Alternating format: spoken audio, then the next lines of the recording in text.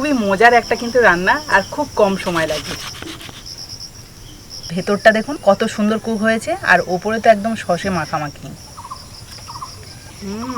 গালের মধ্যে দেওয়ার সঙ্গে সঙ্গে যেন মিলে যাচ্ছে, এতটাই নরম হয়েছে। নমস্কার বন্ধুরা, আমি সাবিত্রী। আজকে আমার রান্নাঘরে একদম অল্প একটু মাংস নিয়ে চলে এসেছি। বাইরে ওয়েদারটা তো একদম অন্যরকম, মানে বৃষ্টির ওয়েদার। আর এই ওয়েদারে কিন্তু মাংসের যে কোনো পদই খেতে ভীষণ ভালো লাগে। তবে হ্যাঁ, আজকে আমি যে পদটা বানাবো সেটা কিন্তু সম্পূর্ণ ইউনিক, একদম নিজস্ব পদ্ধতিতে বানাবো, যেটা দেখতে যেমন সুন্দর হবে, খেতেও কিন্তু দারুণ সুস্বাদু হবে। আর বানানো খুবই সহজ। আপনারা শুরু থেকে শেষ অবধি ভিডিওটা দেখলে আশা করি ভালো লাগবে এবং আপনারাও সহজে বানিয়ে খেতে পারবেন। আজকে যে রেসিপিটা বানাবো তার জন্য কিন্তু চিকেনটাকে আগে থেকে আমি চপারে চপ করে নিয়েছি। শুধু চিকেন নয়, তার সাথে যা উপকরণ লাগবে সেগুলোও কিন্তু আমি রেডি করে নিয়ে এসেছি, যাতে খুব কম সময়ের মধ্যে হয়ে যায়। আর হ্যাঁ, আজকে আমি নিজস্ব পদ্ধতিতে এই রান্নাটা করছি বলে নামটা কিন্তু আমি ঠিকঠাক বলতে পারলাম না। তবে হ্যাঁ, শেষ পর্যন্ত ভিডিওটা দেখে আপনারাই কিন্তু ঠিক করে দেবেন এর নাম কি হতে পারে। প্রথমে চপারে চপ করে নেওয়া চিকেনটার সাথে আরও কিছু উপকরণ মিশিয়ে নেবো। তার জন্য একটা বড় পাত্রের মধ্যে নিয়ে নিচ্ছি। প্রথমে চিকেনটা নিলাম। এর সাথে সাথে কিন্তু আমি বেশ কিছুটা গাজর কুচি নিয়েছি পেঁয়াজ কুচি, ধনে পাতা কুচি, এগুলোও দিয়ে দেবো। আর হ্যাঁ, এটাতে সবজিও যেমন খাওয়া হবে আর টেস্টটাও দারুণ বাড়বে। আর এগুলো আমি চপারে চপ করেছি বলে দেখুন কি সুন্দর কাটা হয়েছে, আর সব একই সাইজের হয়েছে। এগুলো কিন্তু মিক্সিতে হয় না, চপার হলে খুব ভালো হয়। আর এই যে দেখতে পাচ্ছেন, এই চপারেই কিন্তু আমি সমস্ত উপকরণগুলো চপ করে নিয়েছি। আর এটা অনেক পুরনো, যারা প্রথম থেকেই ভিডিও দেখেন তারা তো জানেনই এই চপারটা আমার অনেক দিন হয়ে গেছে, তবুও কিন্তু আমার কাছে এখনও ভালো আছে। আপনাদের হাতের কাছে যদি এই চপারটা না থাকে তাহলে কিন্তু ফেসবুকে আমি কমেন্টে লিঙ্ক দিয়ে দেবো, সেখান থেকেও কিন্তু আপনারা পারচেস করে নিতে পারবেন। এর সাথে কিছুটা গ্রেট করে রেখেছি আদা, সেটা দিয়ে দিচ্ছি লঙ্কা কুচি, রসুন কুচি। বাড়িতে অনেক সময় চিকেন আসলে তার থেকে অল্প একটু যদি বাঁচিয়ে রাখেন তাহলে কিন্তু এই রেসিপিটা খুব ভালোভাবে হবে। আর এটাতেই সবার যেমন মন ভরে যাবে তেমনই কিন্তু পেটও ভরে যাবে। আচ্ছা, এবার দিয়ে দিচ্ছি পাতিলেবুর রস। যদি পাতিলেবু না থাকে তাহলে কিন্তু আপনারা ভিনিগারও ব্যবহার করতে পারেন। দিয়ে দিচ্ছি 2 চামচ কর্নফ্লাওয়ার, ভরে ভরে 1 চামচ দিয়ে দিচ্ছি ময়দা, 1/2 চামচ লঙ্কার গুঁড়ো, অল্প একটু গোলমরিচের গুঁড়ো, স্বাদ মতো নুন, 1 চামচ চিলি সস, 1 চামচ সয়া সস, 1 চামচ সাদা তেল, আর দিয়ে দিচ্ছি অল্প একটু গরম মশলার গুঁড়ো। যেহেতু চিকেন দেওয়া আছে তার জন্য দিচ্ছি, আপনাদের যদি ভালো লাগে দেবেন, না হলে কিন্তু দেওয়ার কোনো প্রয়োজন নেই। এবার এই সমস্ত উপকরণকে ভালোভাবে একসাথে মিশিয়ে নেব। আর এর মধ্যে কিন্তু জল দেওয়ারও কোনো প্রয়োজন নেই, কারণ পেঁয়াজ, গাজর, বাকি যে চিকেন রয়েছে তার থেকে যে জলটা বেরোবে তাতেই কিন্তু খুব সুন্দরভাবে মাখা হয়ে যাবে। গ্রামীণ পরিবেশে এরকম নিত্য নতুন রান্না দেখার জন্য যারা সাবিত্রী কিচেনকে ফলো বা সাবস্ক্রাইব করে রেখেছেন তাদেরকে অসংখ্য ধন্যবাদ। আর যারা এখনও করেননি তারা ঝটপট কিন্তু ফলো বা সাবস্ক্রাইব করে নেবেন, তাহলে এরকম নতুন নতুন ভিডিও প্রতিদিনই দেখতে পাবেন। দেখুন সমস্ত কিছু খুব ভালোভাবে মিশিয়ে নিয়েছি, আর দেখতেও বেশ সুন্দর লাগছে। এবার এখান থেকে অল্প করে নেব, আর সেটাকে কিন্তু আমি হাতের সাহায্যে এইভাবে এক হাতের সাহায্যে কিন্তু একটা শেপ দিয়ে নেব। এই যে, খুব লম্বা করব না, আবার খুব ছোটও করব না, এই যে এরকম সাইজের বানিয়ে নেব।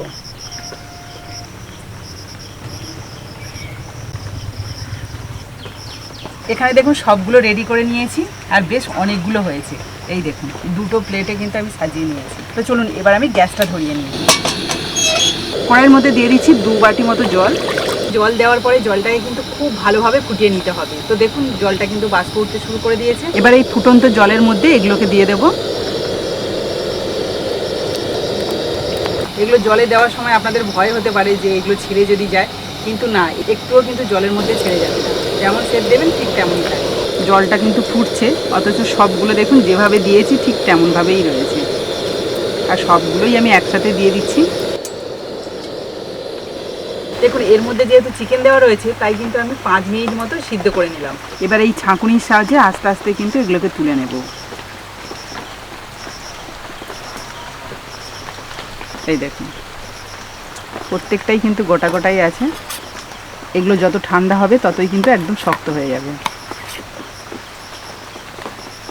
এবার কি ভাবছেন আমি এই জলটা ফেলে দেবো? একদমই না। এই যে জলটা দেখতে পাচ্ছেন এটাই কিন্তু স্যুপ হিসাবে আমরা খেতে পারবো, খুব ভালো লাগবে। কিন্তু জাস্ট এর মধ্যে একটুখানি গোলমরিচের গুঁড়ো, নুন আর একটুখানি বাটার দেওয়া হয়, তাহলে কিন্তু এই বর্ষার সময় এই স্যুপটা খেতে কিন্তু দারুণ লাগবে।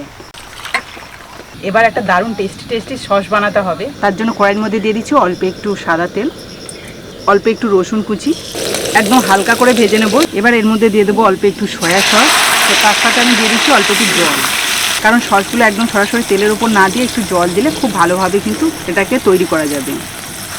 দিয়ে দিচ্ছি 1 চামচ মতো চিলি সস, 1 চামচ টমেটো কেচাপ, দিচ্ছি অল্প একটু কাশ্মীরি লঙ্কার গুঁড়ো, হাফ চামচ মতো চিনি আর অল্প একটু গোলমরিচের গুঁড়ো। এবার সমস্ত কিছু ভালো করে মিশিয়ে নেব।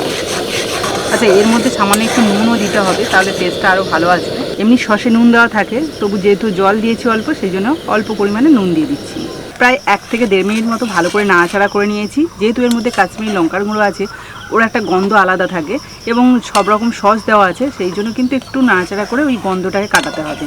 তো দেখুন সসটা একদম অন্যরকম হয়ে গেছে না, দেখতেও দারুণ লাগছে আর খুব টেস্টি কিন্তু। এবার এগুলোকে আমি এর মধ্যে দিয়ে দিচ্ছি, হালকা হাতে একটুখানি জাস্ট নাড়িয়ে দেবো। দেখুন খুব ভালোভাবে কিন্তু মিশিয়ে নিচ্ছি, তাও কিন্তু গোটা গোটা রয়েছে, একটুও ভাঙবে না, কোনো ভয় নেই। আপনারা কিন্তু খুন্তি দিয়ে হালকা করে এইভাবে নাড়িয়ে নেবেন।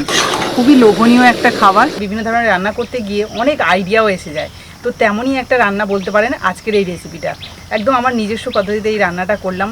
এগুলো দিয়ে কিন্তু অনেকে মাঞ্চুরিয়ান মতো বানায়, অনেকে আবার সসেস বানায়, তো আমি কিন্তু সেটা থেকে একদম ভিন্নভাবে একটু বানানোর চেষ্টা করলাম। তবে সব শেষে দেখতে যাতে ভালো লাগে এবং খেতেও ভালো লাগে, তার জন্য সাদা তিল আর একটুখানি ধনেপাতা কুচি ছড়িয়ে দেবো। এখানে পেঁয়াজ কালি থাকলে বেশি ভালো হয়। দেখুন এখানেই কিন্তু বেশ সুন্দর লাগছে দেখতে, খেতে তো অবশ্যই ভালো হবে। তো চলুন একটা পাত্রে সার্ভ করে নিই।